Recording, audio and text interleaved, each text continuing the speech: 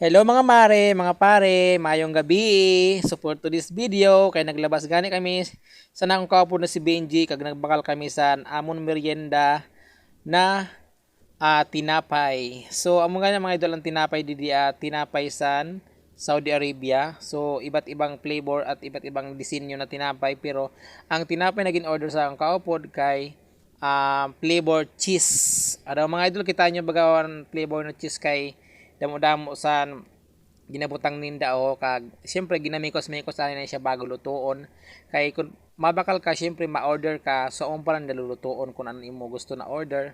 So aring kaabot ko na si Benji siya gana nagbakal sa na libre niya ako or siya antaya sa namong ging merienda na tinapay. So barato lang gani sa mga idol kay 6 real or 90 pesos Pinas money pero good for 3 person na siya kag namit na siya kay flavor cheese. So amo siyang ginalutuan ng mga idol pugon ang ginalutuan siya ninda kag ginadikit lang nila sa pader. Yan ginadikit parang ginapaplak na sa pader tapos madikit na kag after 3 minutes ay luto na siya mga idol. So napagkabilis niya maluto kay malakas siguro ang apoy. So shout out nga ni gali sa mga followers ko dito sa Masbati, sa Aroroy, ayan sa Pilipinas. Kung sa diin man nakabot na akong video, shout out kag salamat sa panonood niyo.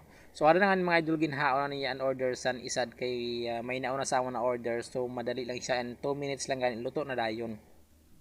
So kung bago ka pa lang ganin sa akong channel ayo kalimutin mag-follow kag pa-share na rin sa akong video mga idol para mas dumami ang akong followers, paki-like and comment. So thank you so much and thank you for always viewing my video.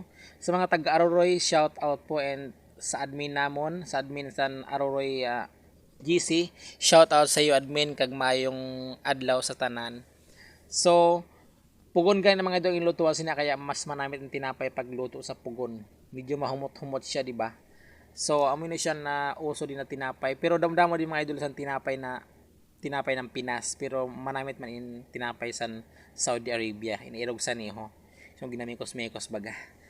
So again, damdamo na salamat sa mga manonood ng aking video. Ayan, salamat sa mga nag-share, nag-follow, at nag-subscribe sa aking YouTube channel na Bisayang Dax TV. So, thank you so much and God bless. Bye-bye.